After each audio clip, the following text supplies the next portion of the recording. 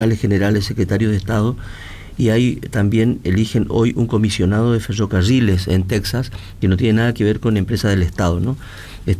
Para leer un poco esto, está con nosotros un analista de política internacional que se llama Martín Shapiro. Martín, buen día. Carlos, Eduardo y Belén aquí en la radio del Diario Litoral en Corrientes. Buen día, gusto de saludarlos. Igualmente. Podemos decir que lo que vertebra todo esto que vamos a empezar a conversar es la incertidumbre, ¿no? ¿Lo ves así?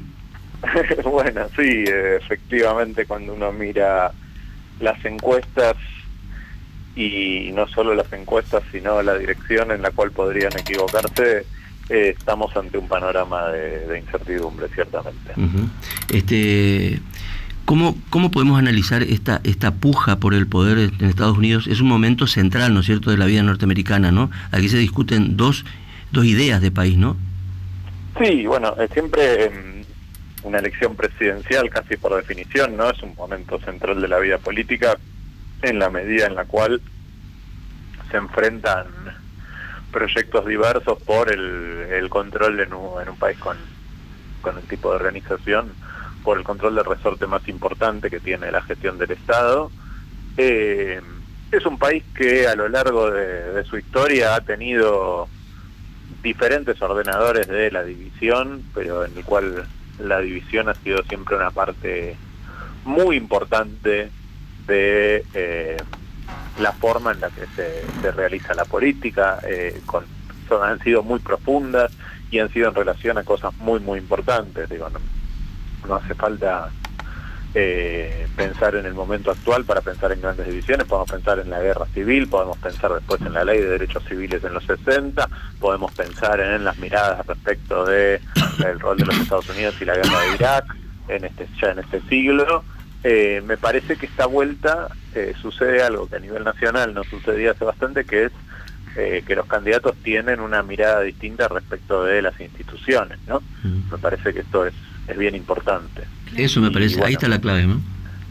En este caso tenemos un candidato que es Donald Trump, que es un hombre que ha hecho su carrera cuestionando muy seriamente a las instituciones y al establecimiento general, al estado de cosas general de los Estados Unidos, y ha representado a quienes desconfían de él. Me parece entonces que tenemos una candidata que tiene una mirada más optimista sobre el estado de cosas en los Estados Unidos, y uno que tiene una mirada más pesimista y más frontalmente opuesta a ese estado de cosas, y que lo busca rediseñar de manera cuasi revolucionaria cuando uno mira, claro, lo que están diciendo tanto él como sus partidarios. Y por eso la importancia de esta elección. Claro, Martín, bueno, además en esto de los modelos tan diversos, veíamos algunos títulos recién que en esta elección es clave el voto para Kamala en torno a la comunidad de las mujeres, por ejemplo. ¿Tu análisis es el mismo?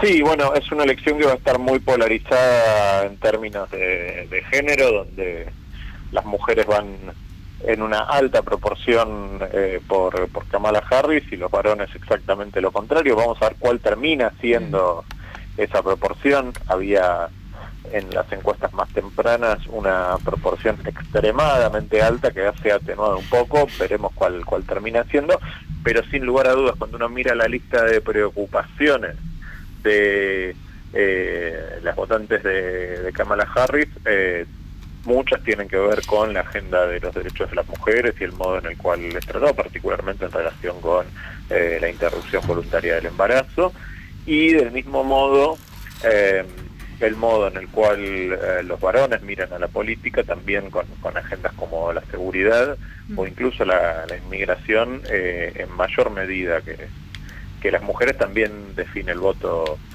por Donald Trump, una agenda más masculina, incluso hasta cuando uno lo ve con el tipo de celebridades que hay de uno y otro lado. Por un lado, Oprah Winfrey, una presentadora negra que cerró, acompañó ayer a Kamala Harris en el cierre en Pensilvania, y del otro lado Joe Rogan, que tiene un podcast, es como un presentador de radio con una cantidad enorme de seguidores, que tiene una audiencia de seguidores que son básicamente varones jóvenes, ¿no? Entonces también uno y otro perfil ante el electorado. Martín, ¿Cuán mal están las instituciones de los Estados Unidos? Nosotros distinguimos a ese país justamente porque es un país que tiene instituciones fuertes, digamos.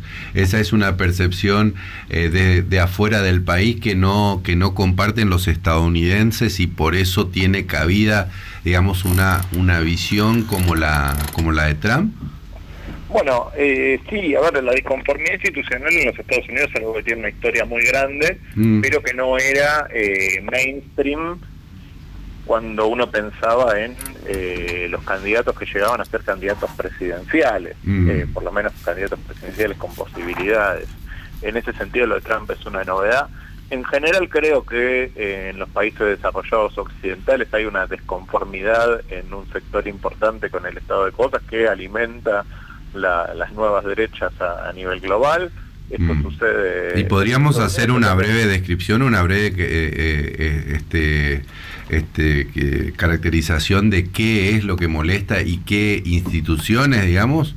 Podríamos parangonar con esto que Milei llama acá la casta, con el establishment, ponele, y a partir de ahí los derivados de lo que hace o deja de hacer el establishment político, económico, gremial. Sí, me parece que los consensos económicos y migratorios están en crisis desde la salida de la crisis financiera de 2008, con estados que a veces no son capaces de dar respuesta a algunos problemas que tienen que ver con la precariedad de la vida, con la situación de la inmigración, con flujos y presiones crecientes desde países menos desarrollados, en el caso de los Estados Unidos desde América Latina principalmente, en el caso de Europa desde África y algunos lugares de Asia. Me parece que ahí hay puntos de tensión cuya resolución es compleja. Después me parece que hay tensiones vinculadas a algunas agendas que podemos llamar de ampliación de derechos o de empoderamiento de minorías, de las mujeres, de disidencias sexuales, en general, que cuestionan de algún modo el modo de vida tradicional o los roles tradicionales, y eso también genera una reacción. Me parece que hay diversos factores de descontento, y uno que me parece que también es importante y que merece ser destacado tiene que ver con las consecuencias de la pandemia y con el modo en el que se percibió a la respuesta del establishment político a la pandemia, que en muchos sentidos uno puede decir que fue razonable, pero fue sin dudas compleja, dolorosa, molesta, o a veces mucho peor. A veces tuvo para muchas personas les pasaron cosas muy terribles, y también se apareció esto que muchos de los cuestionamientos eran vistos como cuestionamientos directamente hacia la ciencia o hacia el conocimiento y tal. Entonces también se reformuló la relación con las personas que se supone tenían expertise. Entonces me parece que si algo pasó con la pandemia para grandes sectores de la población es que se aumentó la desconfianza. En ese contexto, que era un contexto estructural ya complejo, me parece que es donde actúan estos movimientos, y en los Estados Unidos en particular, me parece también después de la pandemia, una percepción de cierto caos mal manejado, entre comillas, desde el gobierno, que tuvo que ver con el aumento de la inflación, el aumento de la inseguridad, que lo vemos en los índices de homicidios, y el aumento de los cruces en la frontera.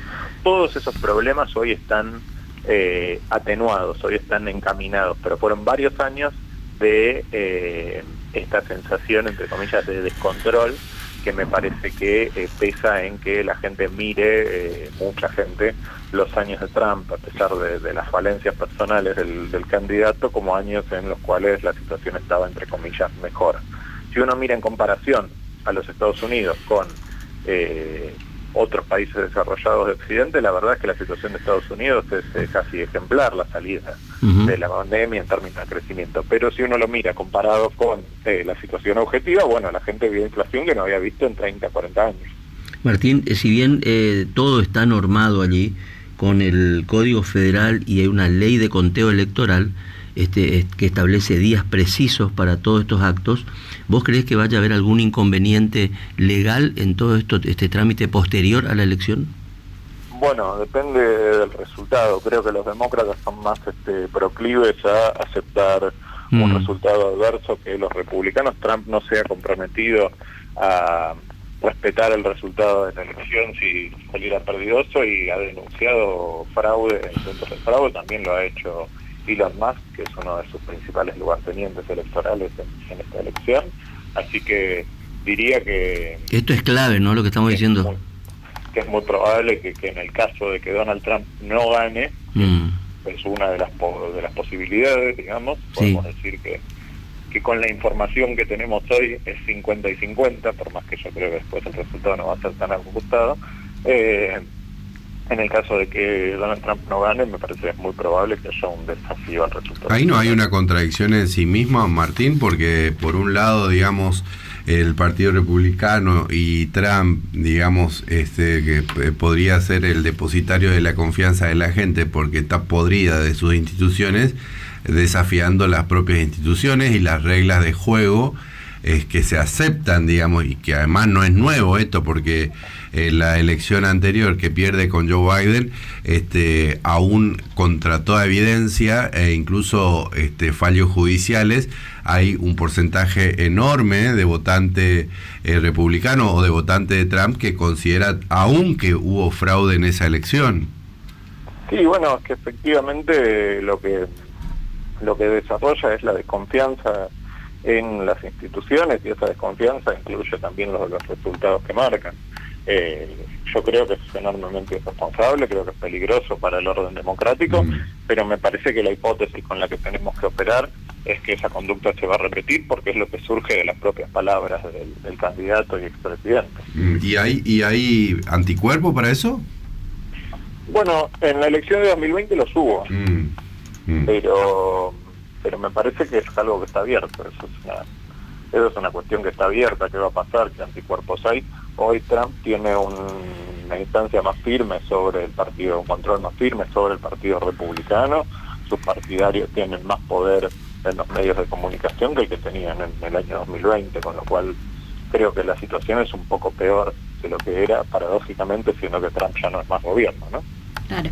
Bueno, Martín, además, en un escenario que no es nuevo, es el que atravesamos nosotros acá en Argentina, donde las redes sociales son claves. Ayer conocíamos muchas noticias falsas. De hecho, bueno, hay algunos espacios que están desmintiendo el funcionamiento de las máquinas. Digo, ¿es ese escenario también en el que está pasando todo esto? Sí, efectivamente. No hay ningún elemento para sospechar que vaya a haber fraude, pero sí se va a producir una tonelada de información que es entre no verificable y falsa, y esa información se va a difundir, y quien está a cargo de la principal red social de generación de información, claro, efectivamente tiene una posición sobre este tipo de rumores, que es difundirlos. Martín, gracias por estos minutos conversando con nosotros. Por favor, ha sido un gusto. Martín Shapiro es analista político internacional y me parece está dando unas claves, ¿no? Que más o menos son comunes. Estamos todos diciendo lo mismo, ¿no? Y insisto, la incertidumbre. Nadie sabe qué va a pasar. Las encuestas están indicando esto mismo, ¿no?